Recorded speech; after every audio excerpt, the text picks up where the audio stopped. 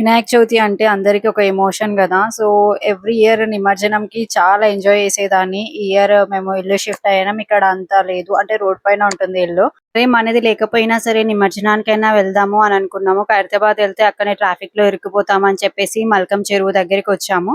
So, ఇక్కడ నిమజ్జనాలు అయితున్నాయి. కొంచెం మనకు స్పేస్ కూడా ఉంది వెళ్ళడానికి, లోనికి వెళ్ళడానికి.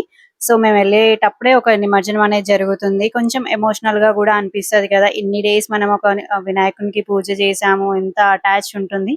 తీరా దేవుడిని మనం ఇట్లా వాటర్‌లో ఎసేసరికి ఇంకా సరే అవన్నీ చూసేసి ఇంకా మేము రిటర్న్ అయిపోయాము. ఇంక రోడ్ పైన మొత్తం వినాయకుళ్ళే వచ్చేటప్పుడు, పోయేటప్పుడు మొత్తం వినాయకుళ్ళే ఉన్నారు.